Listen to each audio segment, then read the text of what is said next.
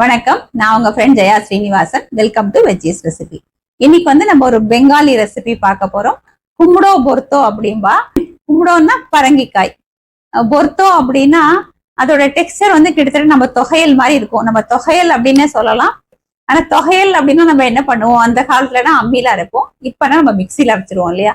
அந்த மாதிரி அம்மியிலயோ இல்ல மிக்சிலயோ அரைக்க வேண்டிய வேலையே இருக்காது. ரொம்ப சிம்பிளா ஆகக்கூடிய ஒரு ரெசிபி. டேஸ்ட் வந்து ரொம்ப பிரமாதமா இருக்கும். நம்ம எப்பயும் பண்ற தொகையில விட கொஞ்சம் டிஃப்ரெண்டா இருக்கும். நல்ல சூடான சாதத்துல கொஞ்சம் நெய் விட்டுண்டு இந்த தொகையில போட்டு நம்ம பிசைஞ்சு சாப்பிட்டாலும் சூப்பரா இருக்கும்.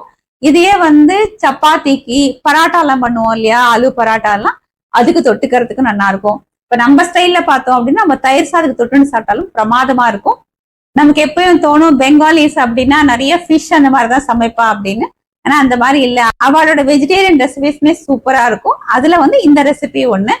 ஃபர்ஸ்ட் டைம் சேனலை பாக்குறீங்கன்னா ப்ளீஸ் சப்ஸ்கிரைப் பண்ணுங்க. பெல் ஐக்கானை கிளிக் பண்ணி ஆல் ஆப்ஷன் கொடுத்துட்டீங்கன்னா நான் போடக்கூடிய எல்லா வீடியோஸும் குவிக்கா வந்து உங்களுக்கு ரீச் ஆகும்.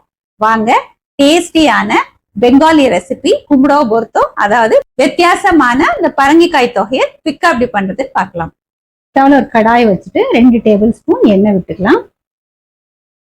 எண்ணெய் சூடானதும் சின்ன சின்ன மிளகாயா இருக்கனால ஒரு 5 மிளகாய் நான் சேர்க்கிறேன். நீங்க காரத்துக்கு தகுந்த மாதிரி போட்டுக்கோங்க. இதை நல்லா ஃப்ரை பண்ணிக்கணும். ஃப்ரை பண்றச்ச இந்த காம்போடையே பண்ணிக்கோங்க. ஃப்ரை பண்ணதுக்கு அப்புறம் நம்ம எடுத்துக்கலாம். மிளகாய் நல்லா ஃப்ரையா எடுத்து ஃப்ரை பண்ண மிளகாயை ஒரு பிளேட்ல எடுத்துக்கலாம்.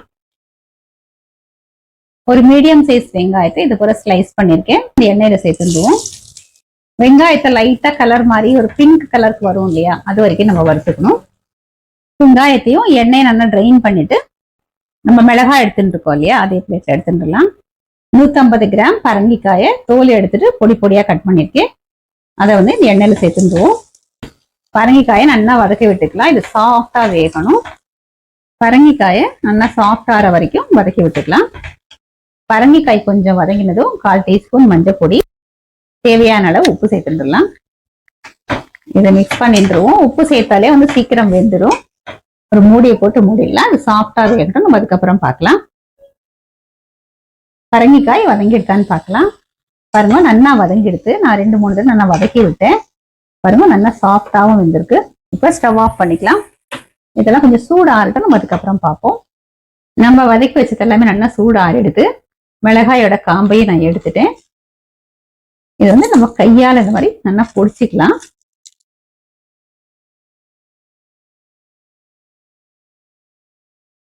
பாருங்க, நல்லா பொடிச்சாச்சு. நம்ம எண்ணெயில் நல்லா ஃப்ரை பண்ணிருக்கிறதுனால இது போல பொடிச்சுக்கிறதுக்கு ஈஸியா வந்துடும். நம்ம மிக்சியில வேணாலும் போட்டு எடுத்துக்கலாம். இதோட நம்ம வதக்கி வச்சிருக்கிற பரங்கிக்காயை சேர்த்துருவோம். இந்த எண்ணெயோடையும் சேர்த்துருவோம். நல்லா தாராளமா வந்து ஒரு பெரிய கைப்பிடி அளவுக்கு கொத்தமல்லி நல்லா வாஷ் பண்ணிட்டு பொடி பொடியா கட் பண்ணி சேர்த்துக்கலாம்.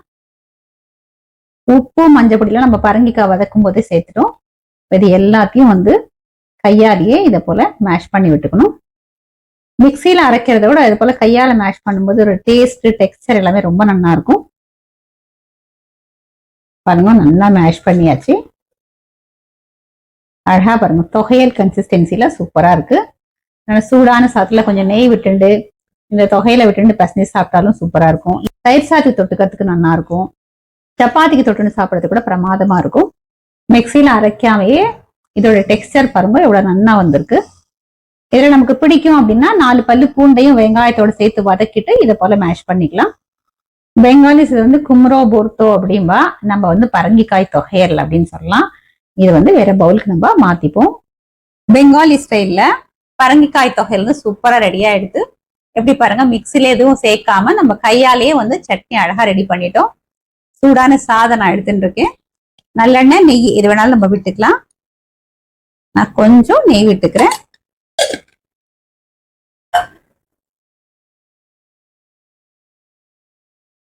பரங்கிக்காய் தொகையில கொஞ்சமா போட்டுண்டு இதை பிசைஞ்சு நம்ம டேஸ்ட் பண்ணி பார்க்கலாம்.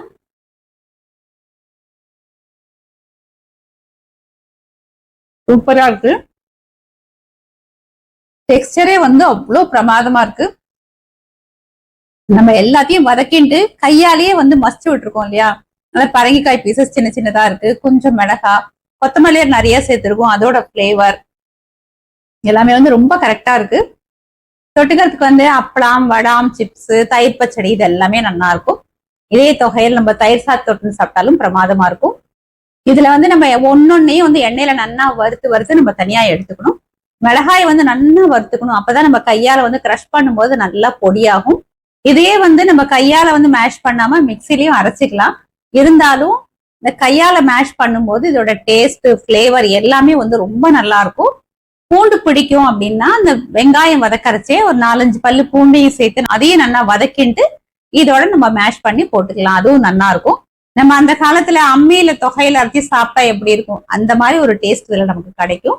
இதே மாதிரி இதே மெத்தட்ல இதே அளவுகளோட மிக்சியே யூஸ் பண்ணாம பெங்காலி ரெசிபியான இந்த பரங்கிக்காய் தொகையில நீங்க கண்டிப்பா ட்ரை பண்ணி பாருங்க. ரொம்ப டேஸ்டா இருக்கும். குழந்தையில இருந்து பெரியவா வரைக்கும் எல்லாருக்குமே ரொம்ப பிடிக்கும். ட்ரை பண்ணி பார்த்துட்டு எப்படி வந்ததுன்னு கமெண்ட்ல சொல்லுங்க. லைக் பண்ணுங்க, உங்க ஃப்ரெண்ட்ஸ் அண்ட் ஃபேமிலியோட ஷேர் பண்ணுங்க. இன்னொரு புது ரெசிபியோட நாளைக்கு நான் உங்களை மீட் பண்றேன். தேங்க்ஸ் ஃபார் வாட்சிங்.